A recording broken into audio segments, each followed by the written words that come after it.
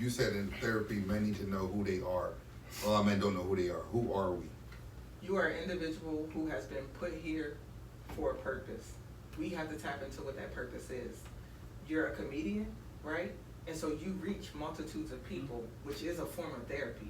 So we might be up here laughing and joking, but I'm gonna talk to y'all about your feelings. I'm gonna talk to you about normalizing the fact that I love you as my brother. I wanna grow old. And I was saying this in high school. People will be like, what do you look forward to the most in life? I look forward to being a great grandma and rocking on my rocking chair and a wraparound porch and looking at my great grandbabies. Right. How did you come up with that?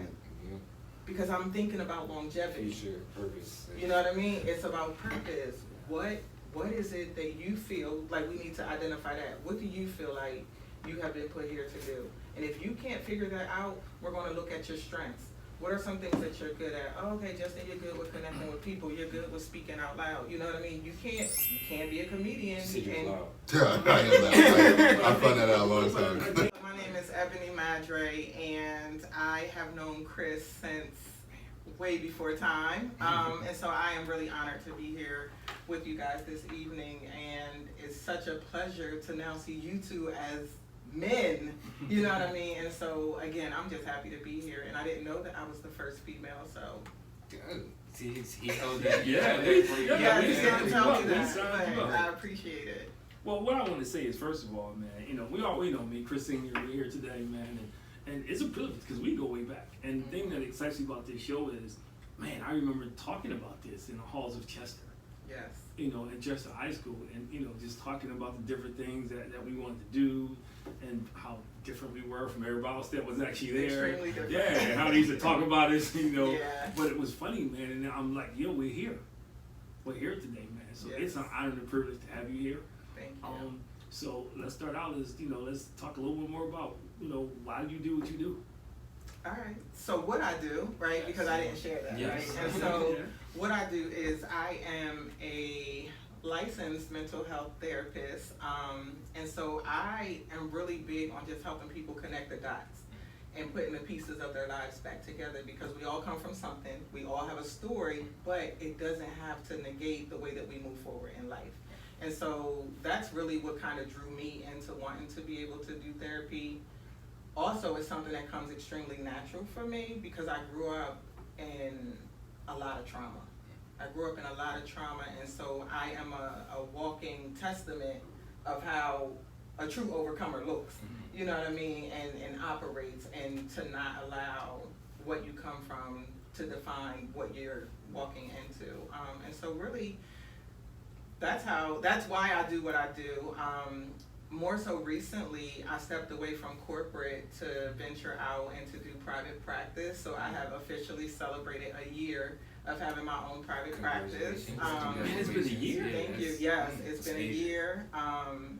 Took a lot of faith to step out. You know, I had people say to me, how are you going to keep up on your bills? How are you? I'm a single mom, right? And so I do all this stuff by myself, right? And so in a natural eye, people are like, how are you going to do this? But spiritually, I'm grounded, and I was like, God has always provided for me. None of the jobs I've ever had have ever been enough, but I've always been able to sustain. And so it was time. Your father and I talked about this back in 2006. We're telling our age, right, and how long we've known each other. You lived through it. But we talked about it back in 2006, you know, just how I always wanted to do my own thing, and I always wanted to do private practice, just like he said, as far as like just having podcasts and reaching people and things like that. And so here we are now manifesting those very things that we talked about way back when. God said then it was time, but I was afraid. This time around, God said now, and I said, okay, the time is now. And I surrendered, and I jumped out there. So yeah, I am excited about my first year of being in private practice. That is amazing to hear. Yeah. One thing I feel like not a lot of people know about me, I actually majored in psychology. Okay. My concentration, though, is more so HR, human resource management, business side. But, I mean, I did still have to take counseling courses. It definitely highly intrigued me. But I kind of understand the other side of it, where it almost sometimes feels like you're just receiving people's problems a lot of the time. So kind of, I guess, my question or thing that I wanted to kind of start with is, do you have like a niche or a special group of people that you work with? Because I mean, mental health is a broad band. You can specifically work with kids or families. So do you have a specific niche, or like what is your background more so in? So my background is people. You know what I mean?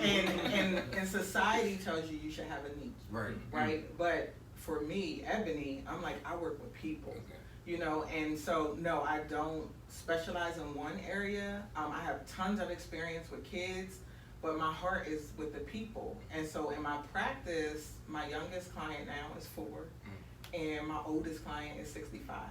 And so it's really broad for me, and for me, it helps me to kind of keep my hands in every aspect of counseling, right? And I feel like it keeps me on my toes. It breaks up the monotony of the day. Now, I wouldn't encourage a person just starting out to have such a broad range. Is that something typical though? Like, do you see that in, I know you're starting your own practice now, but do you see that when you're, I guess, working for someone else, like in a larger organization? Or do they more so focus on niches? They more so, not that they focus on it, but when they develop caseloads, like typically, so, you know, I did a lot of work in community mental health. But it's different departments, right? So you have your adolescent department, you have the early childhood department, you have the geriatric or the older adult population, you have the drug and alcohol population. And so you can kind of navigate which population you want to kind of gravitate towards. Now for me, I tried all of them. And it just brought me back to the fact that my niche is people, you know? And so, again, it wouldn't be recommended for somebody just starting out to just say, you know what, I work with all people, send them all my way. Give me everybody. Yeah. Give me all your problems, everybody. Yeah. You heard it here first. So I hope that answered your question. Oh yeah, it did. So I was just curious, since you said you started your own practice, what was that process like? You know, what were some trials and tribulations? So, like I said, we talked about this back in 06, right? And so the blueprint has always been there. It's been in my bones to start my own thing, because in working for larger corporations, no offense to larger corporations, but my hands were always tied. I always found myself in a situation where it appeared to be like combative with whoever my superior was, but it's like, and I don't know if I should say this because I don't want to sound pompous, but it's almost like, you know, people get offended when you have the ability to connect with people and they can't reach those people, right? And so I always was finding myself like kind of bucking against that. And this last go around, it was no matter where I worked. It was always And a I thing. feel like that's just a corporate thing. Like, you find that everywhere, anywhere you work with people. Anywhere you work with people. Well, but I think it's not everybody. I think what we have to understand is that without getting all spiritual, God has a way of making you feel uncomfortable, because a lot of times we can't contain.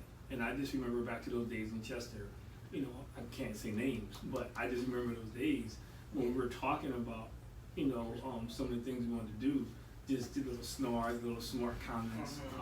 And even though you can't do that. Yeah, you know, or what makes you think you can do it. What makes You know, I just remember hearing those things. And it's kind of ironic, though, that here we are, we fast forward. Yeah. And, you know, the ego and the pride want you to go back and say, well, where are they at right now? But I just think that he has a way of making you feel uncomfortable, because we all have these gifts and talents that most of us don't tap into. And, you know, you say that was the blueprint, but the blueprint started before that, because remember, I used to tell you, the way those girls would come in there, you know, working the LET program, they would come in there and they would just, like, bare their souls after 2 minutes. Yeah. You know, and that's a gift. It is. You know, and there were two people that were there much longer than we were, that didn't experience the success. So the blueprint started before that, but it is pretty amazing when you talk about something and you see it start to bear fruit. And you see it bear fruit. So what does that feel like, though? How does it feel? Because you, like you said, you're a single mom. Yeah. You know, and we both know the bumps and stuff that you went through in that time, man. But so how does it feel now? I mean, it got to be like this sense of gratification, like, wow. So there is a sense of gratification, but I want to go back to the question about the trials and tribulations, because there have been many trials and tribulations. What people don't tell you is when you're starting out in private practice and you're like doing your own billing and all of that stuff, the checks don't come immediately. You know what I mean? Amen. The checks do not come immediately, and sometimes you can find yourself waiting almost 90 days for work that was already done. Yes. You know, and so that's why I always say, Ebony, can stand on the fact that God will always provide. Because even in what appeared to be lack, it was fruitful. You know what I mean? And so that has been my biggest challenge, like just really kind of trying to navigate the way that insurance companies kind of release your money, making sure that, and again, not to sound pompous, but my children are in private school. Again, I'm doing this by myself. You know what I mean? And so it's like, who else can I turn to but God? You know, and so just being able to stay grounded, that has been the biggest thing, you know, to not fall into any regrets or like, God, why would you bring me this far for me to have to wait 90 days, 120 days for a payment? You know, and so I had to shift my mindset with regards to that and tap into gratitude, you know, and I am grateful that it was dropped on me to jump out there. And so that has been the biggest thing. The other one is when your clients don't show up, you don't get paid. You know what I mean? And I tell people that all the time. If I don't show up for work, I don't get paid. If you don't come in for your appointment, I don't get paid. You know, and so, again, you don't really factor that in. You know what I mean? And so, just trying to figure out what works and what doesn't, you know? And so, I've gone through that within this last year. And while I won't say that it's smooth sailing now, it's still good. You know what I mean? And I wouldn't trade it for the world. I have no regrets about stepping away from my job. I look at it this way. It makes those trips to the mailbox a little more interesting because you live with a check. And the other times, like, that's the mailman, let him go. Right, letting the mail Now come it's up. like, When it comes to, I guess, your clients, are a lot of are they mandated, or do people generally reach out to you and find you on their own? Or everybody jockey for a better chair now. I didn't see it. You gotta set up. I'm about to chill right here. Aaron over here now. Yeah. I'm Justin. I'm interrupting something. No, you're fine. How you doing? I'm good. The thug you just heard in the podcast is Justin. I'm here. So let's get it straight. Who did it? Go ahead. Yeah, but so my clients come from different avenues. Like I registered with several counseling groups and directories to kind of put my name out there. But a lot of my stuff is from word of mouth. Okay. You know, I have a lot of even elect students that still keep in touch with me. I have clients that I've worked with in the past that still keep in touch with me. Like one thing about me, I've had the same number probably for the last 23 years, right? And part of that is because I want my folks to always be able to reach me. Typically when you leave a place, you know, you just leave and you cut all ties. But for me, when I form, and I said I'm about the people, right? And so when I form these relationships, it's like, here's my number. Make sure you keep me up to date with what's going on. To your whole counseling career? I've always been that way. Like even when you wasn't working for yourself? Even when I wasn't working for So myself. how many years? I got a Different question. organizations. Yes, and so I could say, you know what, a greater opportunity has come up for me, and unfortunately, I'm gonna roll out, right? But it doesn't mean that I don't care about you. It doesn't mean that you did something wrong, because in therapy, it's about attachments, right? And so there are certain clients that I'm like, I never want you to feel what it feels like to be abandoned, so I want you to have access to me. You know, because, and it's about being in tune, right? And so that goes back to the fruit. We planted those seeds back then, and it is bearing fruit now. You know what I mean? And so it's not too much that really shakes me. I always tell people I'm scared of reptiles and rodents. I'm not scared of too much else, you know, outside of that. And so I've always had the mindset, even with working for other people, I'm not afraid of getting fired because I'm spiritually grounded and I'm going to do the work that God has sent me to do with the people. And that's what it has been. Above average black woman, I had to be here. I was gonna be late. I apologize. You don't deserve that. First and foremost. I'm glad I got here because I came in on a part where you were talking about if they don't show up, you don't get paid, right? And I think about back to my counseling experience when I went to counselor, right? Okay. And there was times where I could show up, but I needed time for me, right?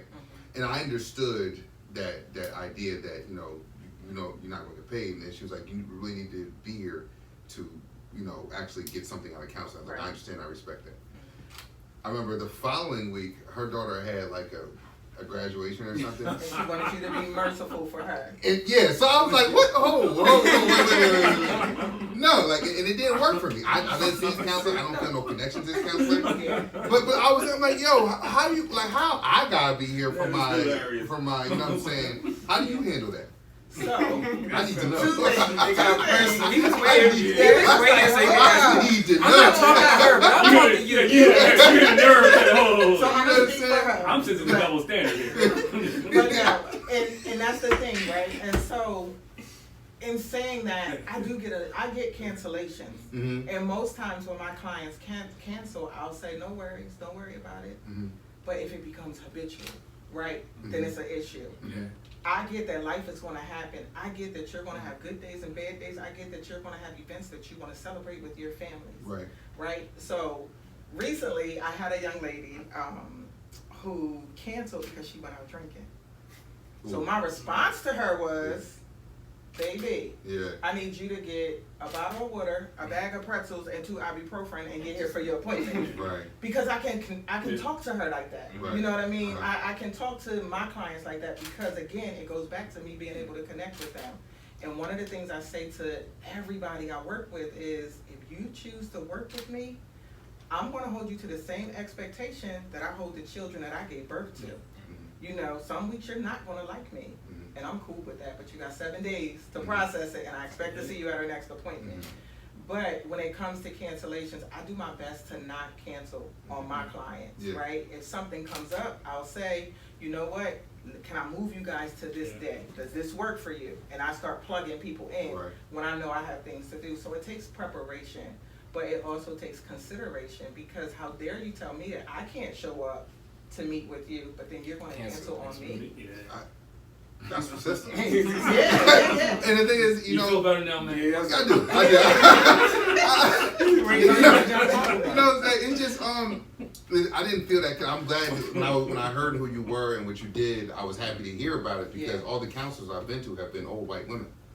That's every single one to talk about. And some of them been good. Yes. The one particular one I told you did miss, not good. Like, and that's okay, because that's why all black therapists aren't good, right? 100%. And sometimes because of our blackness, we overstep boundaries, right? And so even that comment, so I put this post up intentionally because I knew as a people, they were going to take that little scenario and turn it into something else.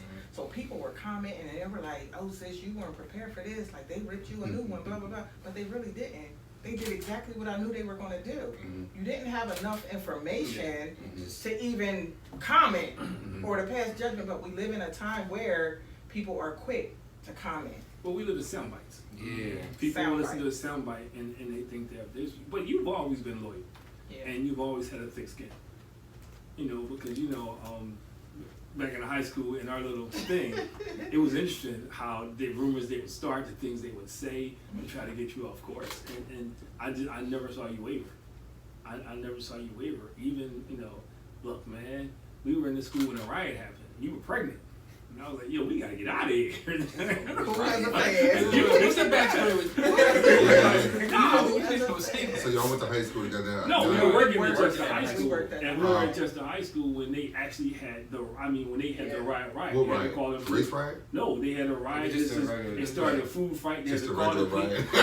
riot. Just one of them everyday riots. They had to call the police for Morton, all these surrounding, and it was crazy because I don't want to make it an issue, but it was scary because you had all these white cops with dogs outside the school trying to check all these black school kids. Oh, that looked So bad. it was like when I came out, it was like being in the 60s. Yeah. I'm like, man, it was crazy. But I just remember, us walking out. Everybody was running, and we was like walking, and I gotta take you. I was walking because the cops wasn't gonna mistake me for them. I was like, no way. Walk slow. Yeah, running is not doing it. Running is not doing it. 16. Right. Don't look in his eyes. Running is not doing Treat it. him like a bear. But when you see stuff like that, when you see the kids are revealing stuff, and telling you stuff, man, it speaks volumes about who you are, because kids are relational. They are. They're relational, and the word therapist, because I want to talk about this next, in our community is like a bad word. Yes. It's like the back word. You tell a dude you gotta go to therapy, man. I'm not crazy. They go down the whole.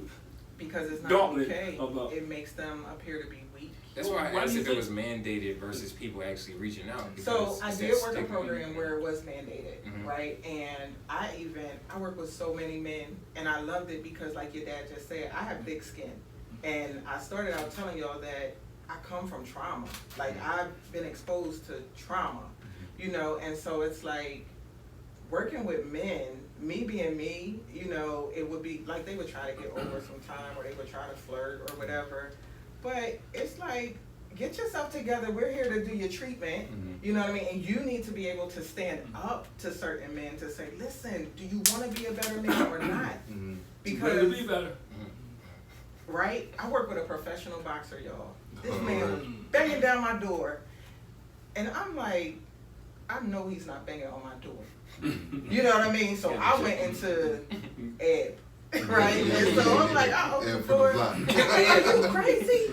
You know what I mean? Are you crazy? You see that I'm in a session. Well, I need to talk to you. I'm in a session, right? And you have to be able to stand up. And a lot of times I feel like that's what men need, you know? And so while, yes, men need to be built up and egos need to be stroked. But not the mental issue.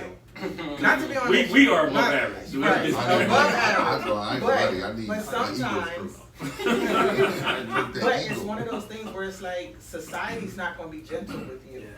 I'm not going to be gentle with you. So you can be mad at me, you can call me aggressive, you can call me whatever you want, but I'm here to do a job to help you be a better man. I can't be a man, but I can help you with some techniques Mhm. that will have other people and you walking in your purpose towards being a better man. What techniques have you given that you can find like a common, like the most men that you like a technique that you could almost use like I all think men? For anybody, just healthy that You know what I anyone mean? can Any do. age Like, range. Like what's something you always find yourself coming back to when you in your it sessions? don't matter. Like 15 to 50, like men, boys can Yeah, do this. we ready for it. so. But I'm like, so, hold on. Everybody got Break- clap for that one. break yourself. Let me break this down. Let me break Block this down. garbage. Hey, get the It's really about, and it's basic, it's about really understanding who you are and from whence you come, right? And so I always tell people in counseling, I'm not a preacher, I'm not a prophetess, I don't claim to be, but you know, you watch body language, you can see hurt in people's eyes. Let's go back to that.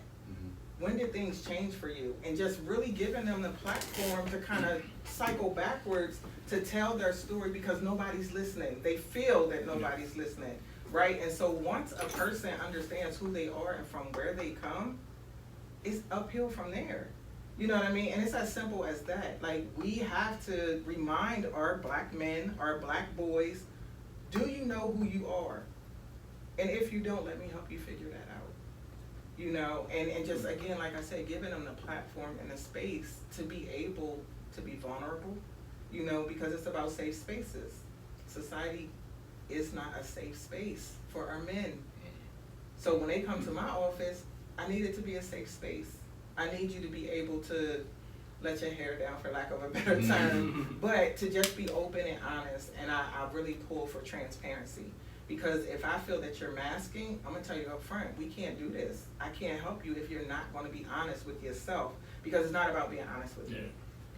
And that's, I kind of was going to ask that next, is like, how do you break down or get past those barriers of people who they mask and they feel like this is a waste of time, or they do feel as though, you know, I will be weak or vulnerable in those situations. I feel like because of who I am. Just as like, Because of who I am, and I'm a very, very transparent person. I tie a lot of, so in therapy, and you know this from being in your psychology courses, right? They tell you, do not share your personal stuff with your client. Well, how can I expect you to connect with me Facts. if you know, I'm masking? right. Right? Facts, I'm gonna yeah. sit behind his desk and expect you to pour your life out to me, but I'm not gonna share anything. Facts. You know, and so I'm a storyteller, right? So I tell stories to kind of bridge the gap and to connect the dots, right? Stories that you can connect to. Stories that I That's can what's true connect you. to, things that I've experienced, you know what I mean? Oh, okay, you wanna sit and cry because your dad left? All right, let me tell you about this. Mhm. You know what I mean? Your dad leaving doesn't speak to who you are. It speaks to what he's struggling with, right? And it wasn't until, and I share this story all the time, like, I used to have a lot of anger towards my father, right, for being not as involved as he could have been. But it wasn't until he passed that it made sense for me. Mm-hmm. He was only able to father from the level that he was able to father from. You know what I mean? And so I think for that experience alone, it has allowed me to really be able to connect with men who are struggling to be a father to their kids. Because I'm like, all right, I'm gonna talk to you as a daughter, right? And so in my therapy roles, it switches. Miss Ebony the mom, Miss Ebony the therapist, Miss Ebony the daughter, Miss Ebony the friend. You know what I mean? Like, you need me to be a brother today? I'm gonna be a brother today. Yeah. You know what I mean? And so it's like, again, just being able to connect and to share different pieces of myself has afforded me the opportunity to be able to connect with my clients on a whole nother level. I want to go. You want to go? Yeah, I got, my question is this, because you know, a lot of times in fatherhood groups, and I want to ask you the other side of this, you know, we broach those conversations. The problem with it is when I go home, everything you just told me, my wife sees me as being weak. So how do you deal with that? Because I have a lot of guys will tell me stuff, you know, and they'll say, but I can't go home and tell my wife that. I can't go home and be that transparent with my wife because, you know, she sees that as being weak. You know, I can't go home and tell my wife I'm vulnerable. And there's a lot of guys in a lot of relationships, I'm not saying there's truth to it, Yeah. but they feel that way. So how do you navigate that? Because it's hard for me to change. The only place I can feel comfortable is with you. Because when I get outside, I'm gonna go back to who I am. So I'm real big on self-advocacy, right? And so your wife can only view you as weak if you feel weak. You know what I mean? And so it's like, you can't make me feel less than because you want to like label me or identify me as such. Stand up to your wife. You don't have to put your hands on her, but you start walking and acting like you respect yourself in spite of being vulnerable, because I see strength in vulnerability. Yeah. You know what I mean? And so it's like, I can't go home and tell my wife that. I You can't. want You your scared? wife? You Shareable? want your wife to respect you? Then I need you to Yeah. operate in respect. But that's real though, And because to be you, masculine. I wouldn't be scared to tell No, my wife. because I had so I had something interesting to kind of go with that. From a younger perspective, let's say, you know, we're in a social media age. People be That's sharing. social They media. share everything on there. Like Too much. actually, yeah, too much. I actually just kind of saw something tied to this today, where you know men are scared to share their emotions or feelings because they feel like that's gonna get posted online. Yeah. You know, so that's a whole nother layer of, you know, kind of where we are at this point in time. So this is the thing with social media, and I've always been this way before that. And you know, like I would like to say, I've always been a little bit ahead of my time, right? If I say something, I don't care who you tell. Post it. I said it. If I text you, I'm texting you because that's what I mean. You know what I mean? If it means that I'm saying, oh, I love you and I miss you and I really don't want to be without you, I said it. I can own that. You can't embarrass me with that. And I think that's the mindset that is needed with regards to the social media era. If I say something, I'm saying it because that's what I believe and that's what I stand firm on. And so encouraging people to operate in that. Confidence. Yeah. You know what I mean? It's easier said than done, especially when you know intent. You know. But what I think mean, it for goes other back to people. what you said. Too many people don't know who they are, and I go back to, you know, we'll be in these groups and guys will say stuff, and I'll say, well, have you ever asked or said that to her? And it's like, no. And well, why not? Well, because I know what she's going to say. I know what she's going to think. And I'm like, well, regardless, if this is something that's really troubling you and is really, really, really bothering you, you need to have a conversation. But that whole thing about what people think about, and I started a conversation about that, it alters a lot of people's lives, man. It definitely and Justin does. is a comedian. He couldn't have that. He couldn't have that thing up there trying to figure out what people think about, because he'd be terrible what he does. Right. But some people, they wear a mask every day. They'll walk around like they're tough, And like it's they're on top of exhausting. things. Yeah. But then the minute Justin says, man, well, what's wrong with you? It bothers them. So another technique, speaking of techniques, you know, I would encourage, and you may already do this, you may not, but when it comes to men saying, I can't go home and say that, one, we have to build them up, right? Yeah. We're going to model for them what self-advocacy looks like. We're going to model for them what respect looks like. do the empty chair technique. Well, when they say that, I do the Denzel Washington thing. I'm King Kong. That's what you go home and I'm on the team. That's why they can't talk to him. Boy, bye. But sometimes He when that King Kong stuff and honestly, I will say, as a woman, we like when men stand up to us and challenge us. That's true. Most women, right? Yeah. Who are confident in who they are because it's like, oh, okay, that's what we do. They like the roar. So then we're going to poke you a little bit, right, so that you do that more. And it's not that you can't go home and tell your wife something. It's just that you have chosen not to because you want to keep the peace. But then you're losing yourself and trying to keep the peace. But I think for some people, it's not that I agree with everything you said, but if you go back to it, there are some people who that's just their DNA. They avoid stuff. They avoid it. And how do I avoid stuff is I'll make this narrative up in my head that Jess is not going to like what I say, so therefore I never have to deal with it. There's a lot of people, like I counsel couples, and and when you're talking to them, they get to talking to you and they forget they sit next to each other because stuff just start coming out. They just start, like that's what we're doing. Like I'll ask them a question. I'll say, and this is a question that gets them every time. I say, what's your definition of love? And one of them had a deep, defined definition of love, and the other one is so surfacey. So they look at it, I'm like, what? So they like I come home every night. But it's just interesting, the little things like that people never talk about. And my thing is, if you got two different definitions of love, how you make a relationship work? And that right there starts it, because if I love you and I'm committed to you, then I got to have enough faith to know that you're going to say something to me that's going to purposely hurt me. It may hurt me, but I need to hear it versus I'm just trying to hurt your feelings. But if it's a surface thing, and a lot of people have it, they don't have those conversations because I'm more afraid that I'm going to hurt somebody's feelings, they're going to leave me, or and that it's tough. It's tough, and a lot of people juggle that. And COVID has made it worse. COVID has brought out so many things in people because they stuck together because she working home, he working at home. And the divorce I was just rate wondering has that, gone like, up. do you feel as though counseling? Right. Yeah. How did that really I got a affect? joke about that. How did that affect your practice? Just COVID. This business booming now. People coming in People more. upset. So I will say during the pandemic, there has been like this national call for therapy. People have realized I need to talk to someone. And like I said, I've only been in practice for myself for a year, but I have a waiting list.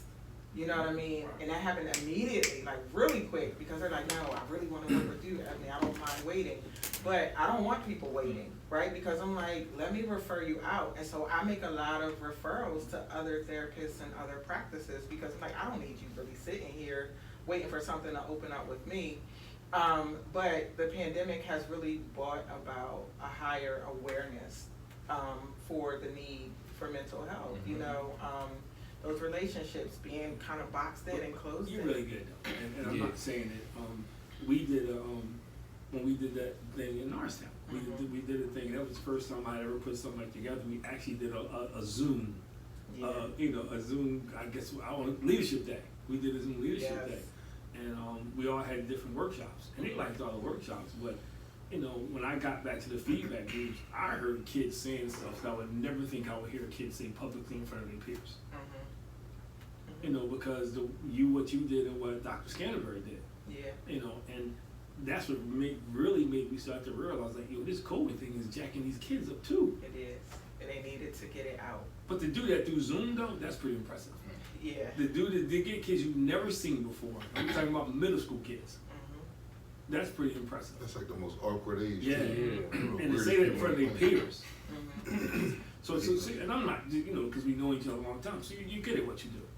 You keep kind of. So let me branch off a question of that. How did you know that therapy was for you? So. Because I felt that way about myself. I see something new that I feel about myself. It's a double part question. Is like, how did you know, and how? So for the viewers watching that want to take that step, like, what should they do once you know? So I fell into it, right? Going back to when I graduated, I had a full ride for engineering degree. Ooh. Black girls in Oh, engineering, see, right? yeah. But I turned it down. connection? Full ride. You never told me that. I tell this to young people all the time. He probably wasn't listening. Yeah. But I tell this story We all gonna the date time. Thursday. Right? Full ride, opportunity to graduate debt free. You know what I mean? But I was like, I think I want to do something different. Switch That's from crazy. engineering over to biology. Oh, you smart. I'm in biology, niggas. and I'm like, yeah, I could do this. But then, psychology Why 101. you left all that money on the table? Psychology 101. And I was like, I'm sitting in that class as a student saying, I could give these students more than what this instructor is. Again, not to sound pompous, right? I can't say that enough. But I was young, and I'm like, I could run this class. Like, I could get on more than what he's giving now. And I believe that. I went to my advisor, and I was like, I want to switch my major. And I switched my major. And it was one of those things, like, my cousin laughs at me all the time because I'm like, well, it dropped in my spirit. And that's exactly what it was. It dropped in my spirit, and I just took it and ran with it. And for me, I'm like, I could do therapy in my sleep because I'm passionate about people. I'm passionate about getting people over the hump. And the biggest thing I would say is because of all of the trauma I experienced, having that one person that I was able to connect with to get it out. Because in our family, we dealt with a lot, right? And so I'll just give one example. So my uncle committed suicide, and we found him, right? We went skating that night. Trauma. You know what I mean? You probably can't never skate again. Just No, I had fun. oh, okay. But it goes to show. He was trying to make it this. I know. I was trying to draw my own connection. But we went skating. Then after y'all found or before? Before. After we, police station, skating. To get your mind off it. No. We had plans to go skating. I just had. Yeah, it was like- It wasn't that deep. We had plans to go skating. Oh, so y'all didn't even like. We were in process shock it. and didn't know it. You know what I mean? But we went, our parents allowed us to go skating. Nobody sat down with us to say, let's process what y'all It's saw. bad parenting. Well, it's See bad what you parenting. saw. They just didn't Not know. not bad parenting. People can only do what they know What how they to know, do. right. And the generation above us, it was keep Yeah. things as normal as possible, right? It happened. We're going to get through this, but keep things as normal as possible for the kids. And so, because I went through that experience, I can say to a parent, like, now you have to have a conversation about what happened, because if not, it becomes a suppressed emotion, a suppressed thought, a suppressed experience, and it's going to come out and manifest in other ways, you know? And so it's like just taking, again, my own personal experiences and being able to connect it with my therapeutic approaches, again, puts me in the position to be able to connect on a completely different level. So that's how I knew it dropped in my spirit. And so I would say to other people, follow your heart, you know? Your parents have ideas for you, right? As soon as you're born, they're like, oh, I could see so-and-so. Oh, you're gonna be my engineer. I did this with my kids. You're gonna be my engineer. My oldest son goes to college in the engineering program. He calls me and says, Mom, I'm gonna switch my major to international business. Hot! I was hot, Yeah. right? Yeah. But he loves what he's doing. Yeah. And I had to say, you know what, that was my thought and vision for him. Because in my mind, I'm like, I need to position you guys so that you don't have to struggle in life. But if you're not happy, you're going to struggle. Yeah. And that's just understanding mental health. You know what I mean? But you know what? It's hard because he's been there the whole time. He's been you know, he's been with you on this whole journey. Yeah. So, you know, he's seen it. He's seen the good, he's seen the bad. So to him, I you know, and I haven't talked to him since he's an adult, but I'm pretty sure he just sees that as part of the process. And he also saw you overcome. He never saw you quit. He never saw you complain. So, you know, that would, you know, it kind of, it's the same thing with my kids. You know, They saw it, they don't know the whole dance, but they know that part. I was just wondering, like, what was I supposed to be? You know, what was he supposed to be? I never did that. This is why. This is He why. didn't do it. Don't worry about it. This is why I never. No, I never did it with my kids because my dad did it to me, and I think you start to put pressure on your kids. You know, my dad was never a big sports guy. And, you know, and so my two older brothers, they were like perfect students. Yeah. You know, they had the grades and everything.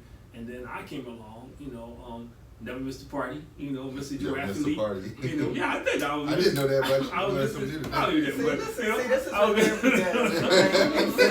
I was Party animal, huh? I was missing to everything. I was an athlete. Everybody knew me. So we just said different. You know, his thing was, I need you to just get a good job.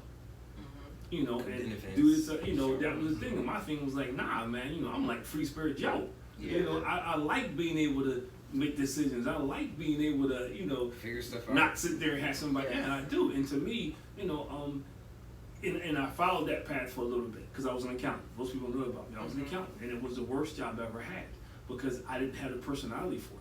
Right. Because first of all, I'm in this room and everybody dressed alike, and that drove me crazy. So I'm showing it with the pink shirt and the ties that match my socks and everything, and they look at me like I'm crazy. Second of all, like, you know, not all of them, but they're some of the most boringest people I ever saw in my entire life. And wasn't elected transition? Wasn't that the transitional job? Yeah, it was. It was funny because I spoke at a conference, and somebody. No, I went to a conference. Yeah. In the Pocono, somebody's asked me to go as a chaperone. I went as a chaperone, and most people don't know this story. The guy got sick, so he couldn't speak. So he was like, "We need another speaker." And I'm like, "Where you gonna get a speaker from this time of night?" He was like, "You got it." I said, "What do you mean?" And it was funny. They said, "Because look, it's 9:00. They're gonna be sleeping in 15 minutes. Right. So if they go to sleep, they bored anyway. So don't worry about it." And that was kind of how I got started. And then after that, somebody said, "Yo, you ought to check out this program," because they looked for somebody at Chester High School. So that was part of the transition from corporate America.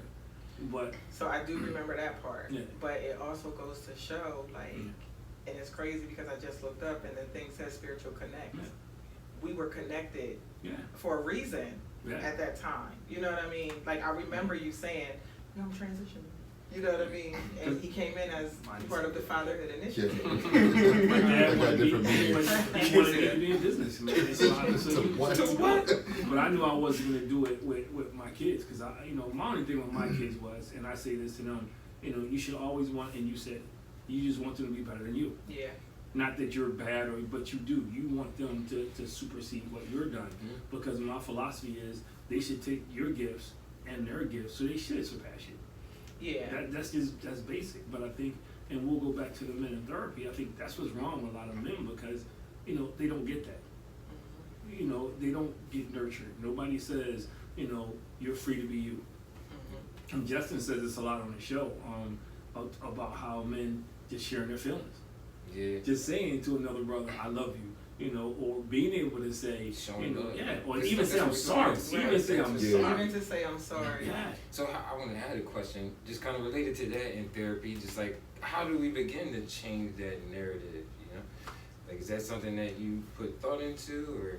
We don't have to lay on the couch, do we? No, I'm just I joking. I'm only joking. but I Like, how have do a we make it where it's like it's Only more joking. comfortable for, you know, men, young men, whomever, to seek therapy and not feel as though it's something that maybe I need to come to if it's mandatory or it's a crisis? So I think by doing things like this, by having these open and candid conversations, and to show like all therapists aren't middle-aged white women. You know what I mean? There's a plethora of therapists, right? And you have your pick. It's like going shopping. Finding a good therapist can really be fun. It can be exhausting, but it can be fun, right? You know, you're going to meet different people. You won't connect with everybody. But I think just in creating the different platforms and having these open conversations about what therapy is versus what it isn't. You know, and I always share with clients too, like therapy doesn't mean that you're in a crisis. It doesn't mean that something bad is going on. It could be something really exciting that you want to come in and share with me. You know, you have control over what your treatment plan is going to look like. Do you want to come in every week for therapy? Do you think you want to come every other week? Do you think you want to just do a monthly check-in? You know, it could be like a tune-up. You want to come every 3 months? We can make that happen. You know, and helping people to understand that it's not a lifelong commitment, because that's the other thing that people think. If I sign up for therapy, that means, dang, now I'm connected and committed. I gotta show up every week and I can't cancel. I'm gonna feel guilty if I do. No, life is gonna happen. You know, and I operate like the mama bird, you know, and so it's like when I see that you've met your goals that you set for yourself, I'm gonna say, you know what? not that I want to get rid of you, but what I was thinking was maybe you should bump down to doing a monthly check-in. Yeah. You know, and so it's not abrasive, you know, and that sense of being kicked out or abandoned is not going to be an issue because we're going to talk about it. If you're not ready for a monthly check-in, that's cool too, but I just think that you're doing really well, and maybe we should look at that. The funny thing about you saying that is on this video game called Grand Theft Auto, right? Oh, This gonna make sense in a second. But like one of the main character boys, who's basically he's going to see a therapist, and he's not necessarily in crisis at none of the time, but he's sharing all the stuff that's going on in his life, and like it's like part of the game. You got to continue to go. You know what I'm saying, to build up the relationship with therapists and stuff like that. But I'm just reinforcing what you said, right?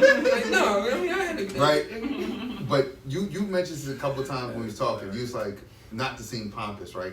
yeah.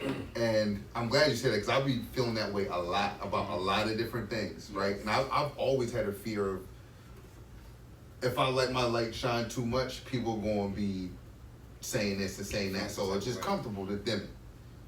What would you say to the person that's struggling with that? No matter how much you try to dim it, it's not going to dim. I know. You know what I sure, mean? but like, and I would say that, like, you cannot dim your light. These are your gifts that has been planted in you, you know, and it's like, it's going to be bursting through at the seams. So you can go somewhere and you can be operating at 40% because you're trying to dim your light, but you're still a threat because that 40% still outshines their 120%. And so when I realized that, I was like, listen, man, I ain't even giving y'all 100%. Hey, we going through this? Like, we don't have to do that. Because no matter what, I can't change who I am. And that's the thing, like, again, self-advocacy and building people up to understand who they are. Because of who you are, you can't dim that light. who are we? You said that before. You said in therapy, men need to know who they are. A lot of men don't know who they are. Who are we? You are an individual who has been put here for a purpose. We have to tap into what that purpose is. You're a comedian, right? And so you reach multitudes of people, which is a form of therapy. So we might be up here laughing and joking, but I'm gonna talk to y'all about your feelings. I'm gonna talk to you about normalizing the fact that I love you as my brother. I wanna grow old. And I was saying this in high school. People will be like, what do you look forward to the most in life? I look forward to being a great grandma and rocking on my rocking chair and a wraparound porch and looking at my great grandbabies. Right. How did you come up with that?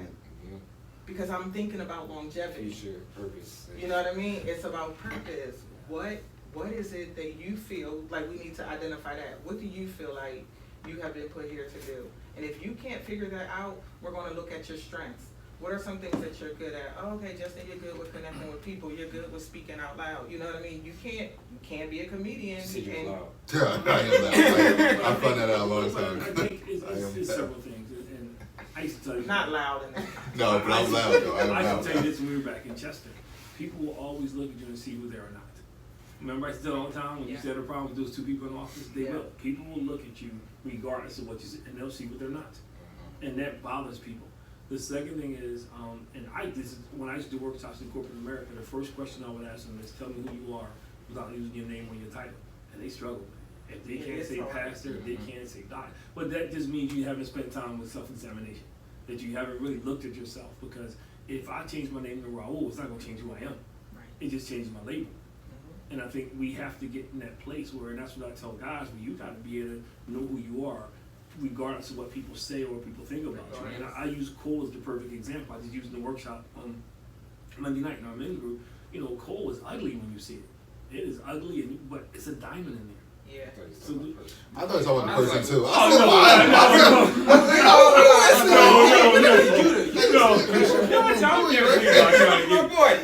trying to get. We talking about the Cole I'm on the not grill. talking about you, Cole. I'm done.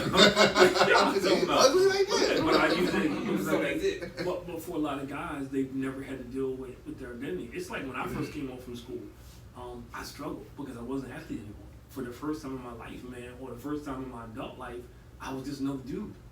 You know, people didn't see me as the basketball player or the baseball player. You know, I was just another dude.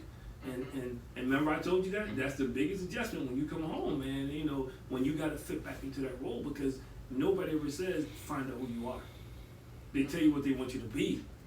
They tell you what they think this is the bar, but nobody says, discover who you really are, and most people don't know.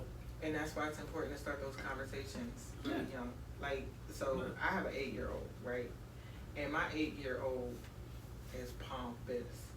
He is confident. Like, he knows. I kind of like that. You know what I mean? I like that. And so he's working on a project, right? And when I was pregnant, I used to crave spices, right? And so he, from the womb to now, loves spicy food. So I'm like, all right, we have to think about the sodium content, blah, blah, blah. And because you like this hot sauce and stuff so much, we're going to create your own brand, right? So we're working on logos and stuff like that. He's 8. I have 6 different logos, right, that I had a young lady working on it. So we kind of compared them. I'm like, all right, Bryce, tell me which one you like, blah, blah, blah. His name's Bryce? Yeah. So he points out which one he likes. I said, all right, let's shoot this out to your siblings. Let's share with your dad. Let's share with your aunties. And, you know, he said, Mommy, I don't really care what they like. This is the one I like. But he can only do that because it started here. You know what I mean? And so that's the part. And so sometimes when we think about men in therapy, sometimes we have to go back and address that little boy that nobody ever spoke to. All right, let's talk about that conversation right there. Because when I've been in therapy, right, Uh-huh. I realized it wasn't just me, but the root of most people's problems come from the little Yes. boy, right? Mhm. Now, you're lucky if you get to address that with your parents, because A, they could be dead. Mhm. B, they couldn't just be right. They can't listen to that. Right. They Remember They don't that see boy, that it. expectation. Right. They can only parent from the level. Exactly. Even to this day. Yes. Mhm. Mhm. So how does a person reconcile with whatever happened to them if they can't reconcile with the person that they went through it with? So, if the person has passed on, right, there are a lot of different symbolic ways to do it. Writing letters, burning it, writing letters, sending it up with the balloon, whatever. You know what I mean? Yeah. So you can do a lot of symbolism to be able to address that. I spoke about the empty chair technique earlier. If your parent is still here and they absolutely won't listen, let's do some role play. You know what I mean? Let's get that out. And then I, as your therapist, I'm going to encourage you to still try to have that conversation. Because one of the things that I pride myself in, and one of the things that I've really poured into my clients, is that when you give a person an opportunity to make something right and they don't do it, it has nothing to do with you. It has everything to do with them. But say it Right. again, because people struggle with that. When you give them the opportunity Yeah. to make something right, if they don't, it's not about you. It's about them. And sometimes it doesn't mean that you're a bad dad because you can't address something. Sometimes you are stuck because of your own trauma, right? We don't look at our parents as though they've experienced nothing. They're just mom and dad, and they're being annoying as all get out, right? But they have some things going on. People don't want to operate in that manner. And while it may come off as though they don't listen or they can't, because now that means I have to be vulnerable and I have to look at me, and I'm not ready to do that. And it's scary for an adult But this show, to do this that. show needs a part 2. For sure. Because I mean, just kind of thinking about that, I feel like I've personally Real quick, I was just curious. What would be your advice for someone who is just trying to get started, in your field? Like, what would be your advice for someone younger that's trying to get started? To be honest with themselves, right? To not think just because all of your friends come to you with their problems that it would make you a great therapist. Because doing therapy is heavy work. People look at us and they say, you just sit behind a desk, it's easy. My daughter says that, that's why I'm saying that. You just sit behind a desk and people come and talk to you, then you get in your car and then you come back and you pick us up from school. It's exhausting. That's like, But how do you unload that? That's the what I was thing. gonna ask. How do you, because you can't sit and just hear stuff. When I used to go and do stuff, remember I used to do workshops at SCI in the prison, and you hear stuff in there, and you because the macho in you say you don't really care, but it sticks with you. Yeah. Like, I don't know if you Up remember. at night. Remember, I had the father, the son, and the grandfather. That just blew me away. When I had a you father. work with so many different age Yeah, I groups. had a You father first started and out. his son, and they met the grandson the first time in jail, man. He walked up to him in the yard and said, hey, remember so-and-so? I'm your son. And that was, to me, I was traumatized in the story. Right. And I had all 3 of them in my workshop. That was mind-boggling to me. And that stuck with me for so long. Mhm. Yeah. So how do you unload? I mean, how do you just say, I'm not gonna let this get to me. Do you also see a therapist yourself, or do you like? That's an important question. That's a great question. So I unload because I practice a lot of self-care, right? I am so comfortable with sitting and being by myself. I bake, right? Because I don't have to talk when I'm baking. So when I have something that is really, really heavy that has happened during the day, I'll come home and I'll bake, right? Because it's something about the repetition that's, you know, and again, I'm not talking. I can ride home in silence because I don't want to hear the noise. I can sit in my living room all day with the TV off and the candle burning, and I'm content. And so that's how I kind of unload, right? And then, you asked me something else. No, she Yeah, it was really about just like, do you kind of, I guess with unloading, see a therapist yourself? Okay, do I see a therapist? So, I just had this conversation earlier in the week. There was a time, I don't see a therapist right now. There was a time where I was seeing a therapist. But for me, it became more work for me to see the therapist because I'm like, and I'm transparent again, like, you know, I'm like, I'm sitting across from this woman and I'm just like, she don't really care about what I'm saying. All the stuff that clients do, right? She don't really care about what I'm saying. She's not even listening. So then I'm like, did you hear what I said? So now I'm playing games with her, right? And then I'm looking at the decor in her office, like, oh, that's nice, but I probably wouldn't put it there. But I'm talking, you know. And so when I left her office, I was like, she's not it. Like this, I can't go back to her. That's how I kind of felt with my therapist. I was like, I'm way too intelligent for you. You can't counsel me. You can't counsel me, right? And everybody can counsel you. Yeah. And so I have a core group of therapist friends, and the thing about me, again, is that I'm raw with my stuff. I don't hide behind it. If I'm experiencing it, if I'm hurting, I'm going to bring it to the group, and everybody that's connected to me is going to put on their therapeutic hat, and they're going to give it to me raw, right? Because this is our dynamic. And so for me, I feel like I'm getting what I need therapeutically, and I'm unloading in a healthy environment, right? So I'm like, I don't have to go and set up another appointment when I'm getting it because I'm being transparent. Now, it would be one thing if I felt that I could not be transparent with this group, you know, I would go and see someone else. But because I get what I need, the same thing they're going to give me, I'm going to get sitting on her couch or his couch. You know what I mean? And so that's just that. And some people frown upon that and they're like, no, but it's not real therapy. You can't get it. If I'm not masking with my core group of therapists, friends, I don't have anything to hide, right? And like I said earlier, if I say it, I don't care what you do with it, honestly, because I said it and I needed to get it out, you know? And so because that's my mindset, it works for me. That doesn't work for everybody because there are people that feel like, well, we're cool, Chris, but I can't, certain things I'm just not going to tell you because in my mind you're going to judge me or whatever. I'm 44, I don't care about judgment. You know what I mean? And again, not to sound pompous, but I don't. You know what I mean? There's nothing I feel like you can say that's going to hurt me or change the narrative of what I'm trying to do for myself. It's so weird how being confident in yourself could be such an uncomfortable position. It could be. And I need to work on not saying, I don't mean to be pompous. No, because you just speaking your truth. Yeah, but it's like almost you saying that for us or like for other people, like, you know what I mean? I feel it. Like, it's just because weird. I'm I feel not pompous, it. Yeah. you know, and I'm not cocky. I'm ebony. Yeah. You know, I'm ebony to the bone. And I guess that's why I'm different because I'm past that point. And past it. No, because the reason why, because you didn't give control over people. Yeah. And I learned that very early. If I allow what I think people think about me to deter what I say, they're gonna have you rocking on the side of your bed. I give them power, and I refuse to give anybody that kind of power. But we all got to do that to a certain degree, right? We have to. Have to what? We have to care about what other people think to a certain degree. It depends. First of all, and I say this to them all the time, outside of my family, I could care less. Why? Because most people who have bad opinions of you don't know you, and they don't want to take time to get to know you. So it's easier to say, this is what Justin is, because I know you, I know you're not popular, I know you're confident.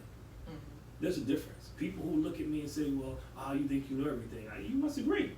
because you wouldn't be saying this to me. We wouldn't be having this conversation. I don't know everything, but I work hard. I work hard. Just like you do. But just like you do, and just you work hard to master your craft. Man. Yeah. So why should you allow somebody to take that from you? You put your time in, you put your effort in. It's not like you just get up in the morning and say, I'm gonna tell a few jokes and go home. You work hard for that. So if somebody comes along who has not put the time in, yeah, of course they're gonna say that. But I remember when Kevin was sitting there, Mike Jones. Yeah. Mike was like, "Look, man, hey, you don't know what I did to get here," and that's become my attitude, because what happens is there's always going to be somebody who just want to say that because they want to control. It's my attitude too. Like I definitely share the same attitude that y'all have, and that's why we probably all get along because we are of like minded. But like Chris said, when you talk about social media, like Dave Chappelle, the highest person at the craft, is still getting judged to the highest level by people that don't have no idea what it took for him to even get up there and have the balls to say how he felt. Right. You know what I'm saying? Because they're going to pick it apart. They're going to dissect it. So even if you're not worried about what they say, it can still have negative ramifications on your life and how you proceed. So in essence, you still have to think about what they think. But you know what I only mean? if you allow it to be a negative ramification. Right. And if Right. you give it truth, It's fine. Yeah, and if you give it truth, He said in the special, they're trying to kill me. That's a negative ramification. I understand what you're saying. No. He ain't just. Sometimes you, from a comedian standpoint, sometimes you say some real stuff in it that you know that people won't get now. They'll get it later. But I agree And it with took that. a lot of gall to say it, like you said. But there's always going to be somebody who's going to try to tear you down or feel like I got to take you down a few steps. To me, it's no different. Yeah. And it's like when I was playing basketball, and you met people who said it. Yo, I don't care. Shoot or shoot. That was always my mentality. Shoot or shoot. My coach didn't go out there to size up. Yo, put it up. So my attitude was, look, I don't care if I miss 15 in the room. I'm taking number 16. Look, you know what? I'm taking number 16. She's like, stop shooting. I'm like, look. You can't. But it's the same way in life, man. People will start to get in your head. Yes. And they will gain a certain level of control. I get what Dave Chappelle said, but I was watching one of his interviews earlier, and he talked about the same thing. He had to get past that point. Like, that's why he walked away from everything. He had to get past that point because people were getting in his head. And guess what? And trying to tell him what his comedy What you was. should do. He said what he said, right? Yeah. I said what I She said. likes saying that. You know what I mean? I said what I said, and whether it's a positive review or a negative one, y'all still talking about me. Yeah. And you gotta get. And guess what? Yeah. People are gonna pick him up. You know. So while it appears that it's more negative than positive, something good is gonna come out of that Oh, because for sure. he's grounded. Mm-hmm. And when you're grounded, it doesn't matter how many times they come at you with their bows and arrows, you're still gonna rise like the phoenix. I told you I wasn't a prophetess, but you're gonna rise. And they're gonna come at you, bro, because they're. And it builds character. Yeah. People gonna look at you and think like, who do you think you are? Because you're doing things, man, that people. I always say this, and I say it again. I say this in our men's group.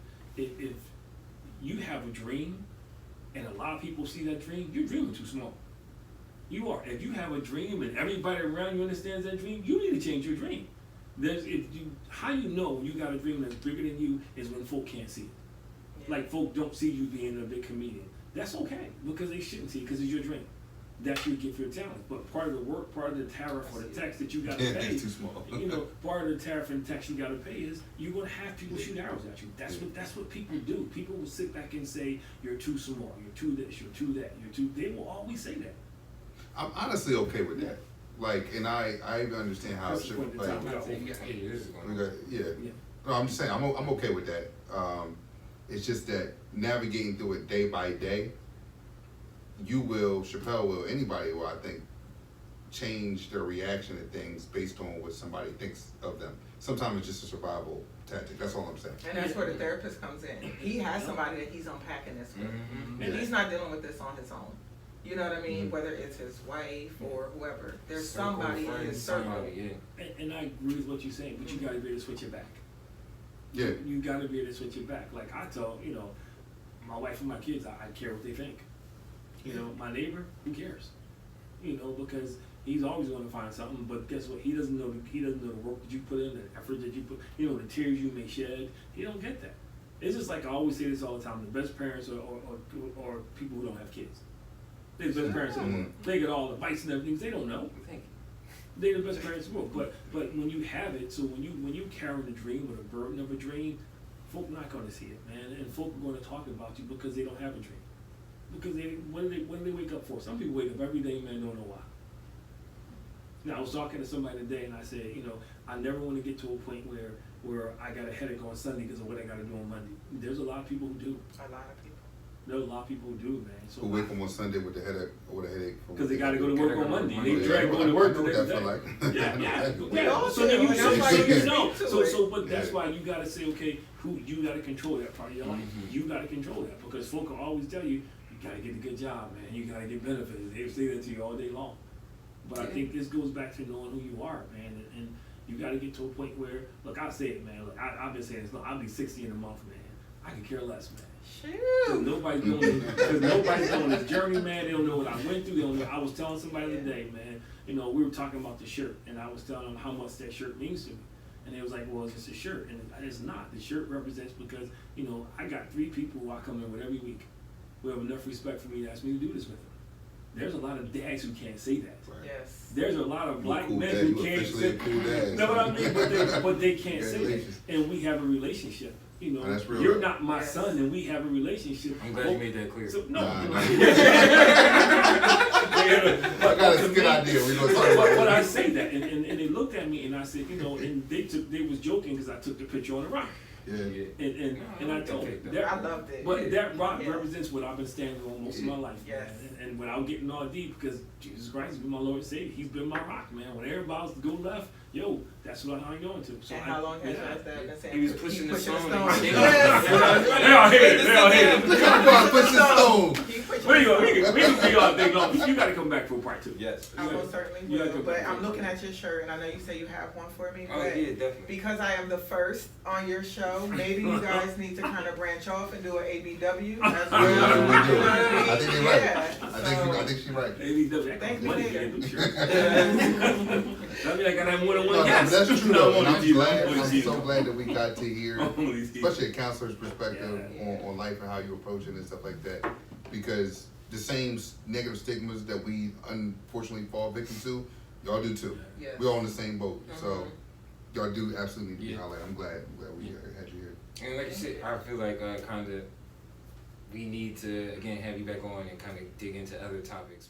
All right, let's do it. Once again, man, above average black men, man, empower, inspire, uplift. That's what we do in the community, man. And I'm sorry, we had to put a W in there. I'll get some white tape. It's and I'll square put, P I'll dub. put, I'll put a That's W. that's part of the community. You know what I mean? That's But not. I'm not even sure. You might have to put an A and W like. Thanks a lot, guys.